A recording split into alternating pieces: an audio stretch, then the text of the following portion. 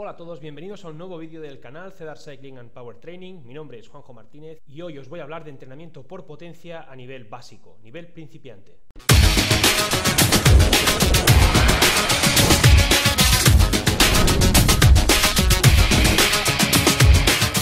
Pequeña encuesta por Instagram apareció el tema de hacer un vídeo de entrenamiento a nivel principiante. Me pareció de mucha utilidad, ya que me he encontrado a mucha gente que adquirió un potenciómetro y lo único que ha cambiado en su entrenamiento es que ahora tiene un número más en la pantalla del Garmin. Un número bailón que ni le guía ni le modifica las sesiones, solamente un número muy caro. Para no empezar la casa por el tejado tendríamos que hablar un poco de lo que es y lo que podemos esperar de un medidor de potencia. Un medidor de potencia es, como ya sabes, un dispositivo que es capaz de calcular la fuerza que estamos haciendo al pedalear. Esto lo consigue mediante unas galgas extensiométricas que presentan propiedades piezoeléctricas. La piezoelectricidad es un fenómeno que ocurre en ciertos cristales que, al ser sometidos a torsión mecánica, adquieren una polarización eléctrica y se forma una diferencia de potencial. Calculando ese diferencial podemos saber cuánta ha sido la deformación por torsión y, por tanto, la fuerza que hemos necesitado para esa deformación. Los huesos del cuerpo presentan esa misma capacidad y es el estímulo piezoeléctrico lo que estimula la osteoblastía, el nombre técnico de la formación de hueso. Los dispositivos medidores de potencia han sufrido muchas variaciones desde que Ulrich Soberer creara el primer SRM allá por 1986. A pesar de todos esos años, la idea inicial no ha cambiado. Ulrich tenía muy claro que quería conocer sus datos de potencia al instante sin necesidad de estar en un laboratorio. Hoy, en 2020, los valores de fiabilidad y precisión han mejorado mucho, así como los fallos y desventajas han ido puliéndose y eliminándose. Hablando de esos parámetros, TELIAS, cuando hablan de fiabilidad y precisión, los repasamos. A veces escucho gente decir que un potenciómetro es más fiable que otro, o más exacto, confundiendo términos o mezclándolos como si fueran sinónimos. Cuando una medición es más exacta que otra, ¿qué quiere decir que es fiable? La precisión es la dispersión del conjunto de valores obtenido de mediciones repetidas de una magnitud. Cuanto menor es la dispersión, mayor es la precisión y bla bla bla bla bla. Lo vas a entender mucho más fácil con esta imagen. En una diana sería que todos los disparos estén muy cerca el uno del otro, lo que no significa que den en el centro ni en la diana. La exactitud sería la cercanía de la medición al verdadero valor, cuánto se ha acercado al centro de la diana. La fiabilidad es un sinónimo de la precisión a la que se le añade un componente de estabilidad temporal. Es fiable si su precisión no cambia al medir en distintas ocasiones o en determinadas condiciones. La validez, por último, se refiere a si la herramienta o sistema de medición mide realmente el parámetro o constructo para lo que ha sido diseñado. ¿Quieres unos ejemplos asociados al potenciómetro? Pues es preciso si sus valores oscilan poco. Aunque marque 100 vatios de más, siempre marca esos 100 vatios de más. Es exacto si sus valores se acercan a la potencia real que estás haciendo, aunque tenga dispersión. Aquí podríamos hablar de un sistema de medición que a veces da más 8 vatios,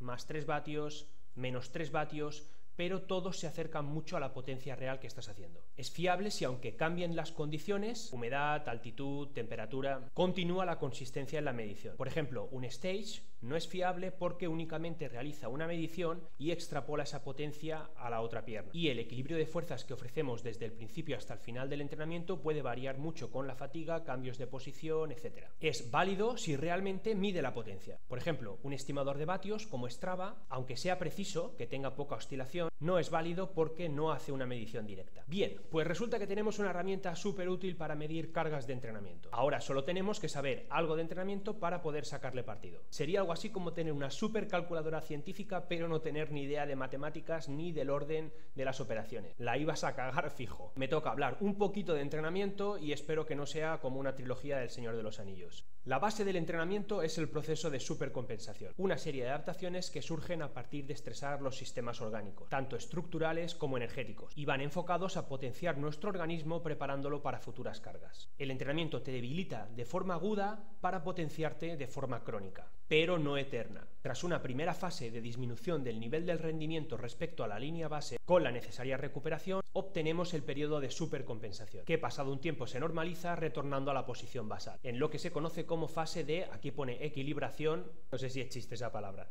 Si metes estímulos antes de que se recuperen por completo, hundes el nivel de entrenamiento de forma crónica produciendo un sobreentrenamiento. Si por el contrario dejas demasiado tiempo entre estímulos, el rendimiento vuelve cada vez a su estado base y te quedas igual que como viniste. Lo que va a hacer que una sesión aislada tenga carácter de entrenamiento es la continuidad. pero no todas las capacidades físicas requieren el mismo tiempo de recuperación, así que dependiendo del tipo de trabajo y la carga, la curva se va a hundir más o menos. Y vaya, resulta que estamos hablando de un aparatito que es capaz de medir las cargas según su intensidad, densidad y duración. La cosa empieza a orientarse un poco. Tienes unos principios de entrenamiento básicos que sirven para guiar esas cargas. Te dejo la lista aquí y te la aprendes como el Padre Nuestro. Por explicar dos de ellos, como el principio de progresión, si haces siempre 1 hora a 240 vatios, el primer día te va a producir unas adaptaciones que a medida que te adaptes, valga la redundancia, serán menores, lo que requerirá que aumentes la carga. Recuerda que aumentar la carga puede ser hacerla más intensa, más vatios, más extensa, más tiempo o más densa, repetirlo más veces ese día o esa semana. ¿Otro? Bueno, no, lo dejamos aquí. Hasta que llegó el potenciómetro todo eso se hacía con la banda de pulso, pero presentaba complicaciones en ¿qué? En la exactitud, en la validez, en la fiabilidad, ya que podía variar dependiendo de las horas que hubieras dormido o de los cafés que hubieras tomado. Otro hándicap de la medición de pulso es el cardiac drift, la deriva cardíaca, ya que para una potencia constante el pulso aumenta a medida que pasa el tiempo porque se suman procesos de termorregulación y deshidratación, lo que reduce la volemia, el volumen sanguíneo. Lo mismo ocurre a la inversa, que si queremos mantener el pulso constante, vamos a tener que ir ajustando la potencia cada vez a la baja. También presenta un retraso desde que tú haces el esfuerzo hasta que muestra la medición. Esas inconsistencias hacen que su utilidad como medición de la carga no nos valga, aunque es una gran herramienta y una no elimina la otra. Sin embargo, no es oro todo lo que reluce en el mundo de los potenciómetros, porque si fuera así, nada más sacarlo de la caja tendríamos acceso a todas esas maravillas. Hay algunas barreras que vamos a citar aquí. 1. También presenta una alta variabilidad. La primera vez que te pones un potenciómetro, haces lo primero que ha hecho todo el mundo, sprintar. Te sale un número de 4 cifras y piensas, madre mía, soy la hostia. Todo este tiempo he estado dormido y resulta que puedo estar en la élite mundial. Bueno, estira un poco ese esfuerzo y verás cómo la potencia es tiempo dependiente. No es tan fácil aguantar números altos mucho tiempo. Luego seguirás pedaleando y verás que al salir de una rotonda te marca 400-500 vatios y cuando te sientas te baja 200. Esa alta variabilidad puede hacer que te vuelvas majareta o que te comas una farola en el caso de estar todo el tiempo mirándola. Usa la potencia a 3 segundos para suavizarla un poco y la potencia media en los laps para las series. Os pongo dos gráficas para poder apreciar que la correlación del pulso con la potencia es totalmente errática. Ambos ejemplos son míos. La primera sesión no recuerdo el entrenamiento, pero se puede ver que la variación de pulso es muy pequeña, 173 pulsaciones medias por 180 de pulsación máxima, respecto a la oscilación de potencia que son 273 medios y 441 vatio máximo. Los deltas de uno y otro son muy diferentes. La segunda es aún más evidente. El entreno eran 2 bloques de 30 segundos progresivos hasta P1, seguido de 3 minutos a máximo estado estable de lactato y de 15 segundos peak power, que es un sprint a tocar máxima potencia, con descanso de 5 minutos. Esta es la gráfica de uno de esos bloques y como veis la potencia tiene dos grandes subidas que se corresponden a los primeros 30 segundos y al sprint, pero la línea de pulso es prácticamente plana. ¿Sabes qué te va a permitir cuantificar ese pulso? ¡Una puta mela! Segunda barrera, configuración del dispositivo. Así como hay métricas muy útiles, hay otras donde no puedes estar perdiendo el tiempo en mirar. Te dejo mi configuración de Garmin a modo de ejemplo para que le eches un vistazo. Yo lo tengo así. Tiempo y hora del día para que no se me vaya la olla y llegue a la hora de comer. Tiempo del lap y potencia a 3 segundos, que hemos dicho que suavizaba la curva. Velocidad y potencia de vuelta. Velocidad media, aunque no la miro. Potencia normalizada. Distancia y porcentaje de frecuencia cardíaca máxima. Esto es interesante para comprobar el esfuerzo de dos personas en la misma ruta, ya que si alguien va a 140 pulsaciones por minuto y tiene un máximo de 175, va exactamente igual que el que va a 160 pulsaciones por minuto y tiene un máximo de 199. Ambos están al 80% de la frecuencia cardíaca máxima. Adicionalmente uso otras métricas que serían estas, pero como el objetivo del vídeo es atender al nivel principiante, vamos a dejar ahí. ¿Qué miro entonces? Estas 4. Tiempo del lap, potencia a 3 segundos, potencia de vuelta y porcentaje de frecuencia cardíaca máxima. De esta forma ves duración, intensidad, output, que es trabajo que haces, e input, que es cuánto te cuesta hacer ese trabajo. A partir de aquí, valorando tiempo y vatios, familiarízate con la curva de potencia, un concepto que nos dice que solamente somos capaces de hacer una potencia durante un tiempo determinado y a medida que ese tiempo crece, la potencia decrece. Algo así como cuanto más ladra el perro, menos muerde. Esa curva nos dice mucho de las capacidades del ciclista, así como sus fortalezas y sus flaquezas. Si un ciclista presenta buenos valores en las capacidades de corta duración, nos indica una predominancia más glucolítica, y si se desplaza a mejores valores al final de la curva, tendrá una tendencia más oxidativa, más fondista que velocista, aunque en el primero de los casos también podría ser que estuviera desentrenado.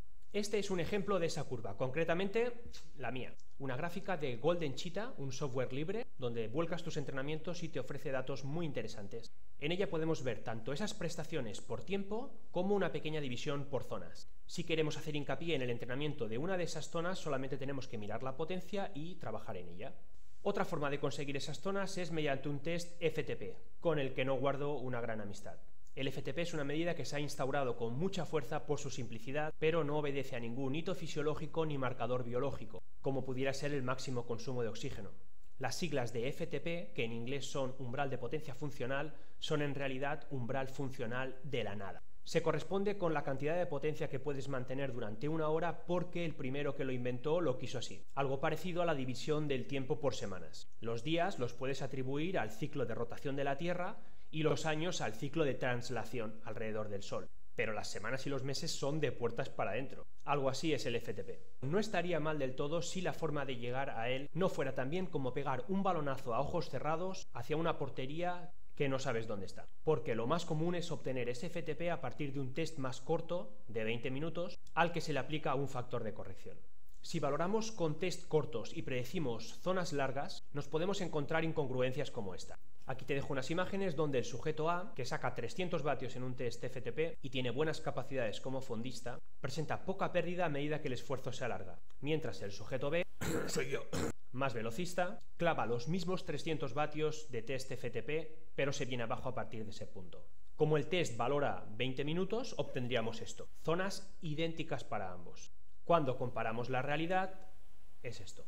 A mayor desplazamiento hacia adelante o hacia atrás desde el punto en el que se hizo la medición única, mayor error en la predicción. Esto se corrige con una valoración multipunto que fuerce un índice de resistencia personalizado, tema que abordaré en otro vídeo para no salirme hoy de los conceptos básicos. Bueno, pues te hagas con las zonas que te hagas, ya sean por zonas metabólicas, fisiológicas o funcionales, has superado las primeras barreras, pero por delante tienes otras que he organizado en forma de FAQ, para que sean rápidas. ¿Mejoraré con potenciómetro? No. Solo por instalártelo no vas a mejorar si no cambias tus hábitos de entrenamiento. ¿Tengo que hacer test de 20 minutos? ¿Puedo centrarme en una zona? No. A pesar de que sea tu zona débil, recuerda que los principios de entrenamiento te piden variabilidad. Esto tiene sentido si entendemos que incluso el entrenamiento en zonas anaeróbicas puede producir mejoras aeróbicas si está bien diseñado. ¿Puedo hacer siempre lo mismo? No. Recuerda el principio de progresión. Si haces siempre lo mismo, llegará un momento donde te estancarás y dejarás de producir adaptaciones. ¿Debo seguir una receta? Sí. Si sales cada día en bicicleta a verlas venir, es probable que te pongas fuerte por aburrimiento y también es probable que te sobre la mitad del tiempo que estás haciendo. Solo con que sigas unos patrones que presenten progresión, tienes esa mejora asegurada y el resto lo puedes utilizar para lo que quieras. ¿Me olvido del pulso? Sí, pero no. Utilizar valores de potencia y poderlos casar con cuánto pulso necesitas para esos esfuerzos te puede arrojar valores de eficiencia muy interesantes para comprobar la evolución en el tiempo. Si vas a mover un bloque a la misma potencia pero te ha costado 5 pulsaciones por minuto menos, tienes ahí una clara mejora en eficiencia aunque no hayas tenido que ir más fuerte ni más rápido. ¿Ya no podré salir con la grupeta? Aunque es verdad que los días con la grupeta son muy interesantes a nivel ocio, el verdadero entrenamiento está en solitario. Es difícil que toda la grupeta se adapte a tus cargas, salvo que vayas pegando palos haciendo el paria cada vez que te toquen series. Por eso habrá días que va a ser mucho mejor hacerlo solo donde vas a poder estar más concentrado en tus intervalos. ¿Solo cuenta ganar vatios? No. Y ahí te mando a 2 vídeos que son cómo influye el peso en el rendimiento y la aerodinámica en el ciclismo. Aquí. ¿Hay que llevar un registro? Sí. Bueno, de alguna manera tendrás que comprobar las cargas para progresarlas, ¿no? Hablando de cargas, te voy a poner unos ejemplos tomando unos entrenamientos de desarrollo de V2 Max. Aquí tienes 4 sesiones. La primera de ellas serían 3 series de 3 minutos a P6, que es la potencia que puedes mantener durante 6 minutos, con descanso de 3 minutos aeróbico 1 más. La segunda serían 9 series de 1 minuto también a P6, con descanso de 1 minuto, y la tercera 18 minutos de microintervalos de 30 segundos con descanso de 30 segundos, la carga a P6 y la recuperación aeróbico 1, y una cuarta sesión de 6 minutos a P6. ¿Cuál crees que tiene más carga? El más duro es sin duda este, ya que conlleva el máximo de la potencia que le puedes pedir a tu organismo durante ese tiempo. Sin embargo, todos los demás presentan mayor tiempo de estímulo en la zona de consumo de oxígeno, que es lo que se pretende con las sesiones de entrenamiento. Meter monedas en la ranura que toca. Otro ejemplo más. Este, en rango de potencias de desarrollo base, con potencias LT que rondan el primer umbral, el VT1. Algo por encima y algo por debajo. 40 minutos tempo LT igual. Todo seguido. 2 series de 20 minutos, 10 minutos LT+, 10 minutos LT-. El tercero es un locomotor que empieza en 5 minutos y va sumando 1 minuto cada vez, siempre con descanso de 1 minuto, lo que llamamos trenes crecientes. El cuarto, 10 series de 4 minutos, 2 minutos LT+, 1 minuto LT igual, 1 minuto LT-. ¿Cuál es ahora el más duro teniendo en cuenta que son potencias que difieren 10 vatios entre ellas? Pues si atendemos a los acumulados veremos que hay mayor carga en la cuarta opción. Pero no hay que obviar que a mucha gente le resulta más duro el trabajo continuo, los 40 minutos tempo. Esto es una forma de entender que el potenciómetro nos puede devolver números ajustados que calculan con más precisión que nuestro ratio de percepción de esfuerzo. Así que volviendo a las zonas de Kugan, de ese FTP que tampoco me gusta, resulta que tenemos un guión de sesiones y un aparato que nos mide la carga real. Y solo con hacer pequeños cambios que nos mantengan dentro de la zona a trabajar, pero ofrezcan variabilidad y progresión, recuerda que son principios básicos del entrenamiento, ya tenemos el objetivo del vídeo, que era entrenamiento básico por potencia para principiantes.